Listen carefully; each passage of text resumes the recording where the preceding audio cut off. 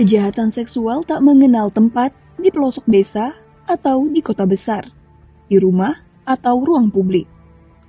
Kejahatan seksual juga tak mengenal usia dan latar belakang pendidikan. Dalam beberapa kasus, kejahatan seksual justru terjadi di tempat yang tak terduga atau bisa kita sebut di lokasi yang sama sekali tak pernah terpikirkan akan terjadi kejahatan itu. Di Kabupaten Ogan Komering Ulu atau Oku, Sumatera Selatan, ada satu orang santriwati Malang yang mengalami kekerasan seksual hingga hamil. Peristiwa ini terjadi April 2021 dan baru terungkap ketika korban yang berinisial S melahirkan bayi tersebut. Pelakunya berinisial MTS, tidak lain merupakan pemilik pondok pesantren tempat S mendalami ilmu agama. MTS sudah ditahan dan terancam di penjara selama lebih dari 5 tahun. Kasus kekerasan seksual ini bukan pertama. Sebelumnya, ada kasus kekerasan seksual yang tak kalah menggemparkan dan membuat publik geram.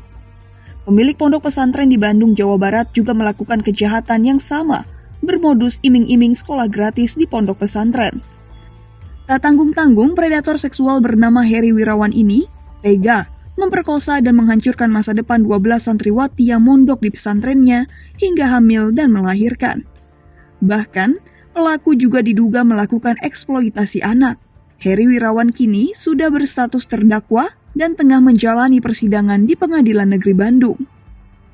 Menteri Agama Republik Indonesia Yakut Khalil Qomas berjanji ke depan akan mempersiapkan mitigasi agar hal serupa tidak terulang kembali. Ya, tentu kita bikin mitigasi, misalnya izin pendirian pesantren, kita akan lakukan semacam sidak. Jadi kalau dulu itu rekomendasi itu hanya tertulis, sifatnya administratif. Nah, sekarang saya minta jajaran di Kemenak, sebelum izin operasional dikeluarkan, harus dilihat dulu. Pak, sedikit komentar. Kasus kekerasan seksual merupakan tindak kejahatan luar biasa yang harus ditangani dengan cara luar biasa pula. Penyempurnaan draft rancangan Undang-Undang Tindak Pidana Kekerasan Seksual atau RUU TPKS menjadi kebutuhan. Mempercepat pembahasan tanpa meminggirkan partisipasi masyarakat akan menjadi langkah bijaksana pemerintah dan DPR dalam membahas RUU ini.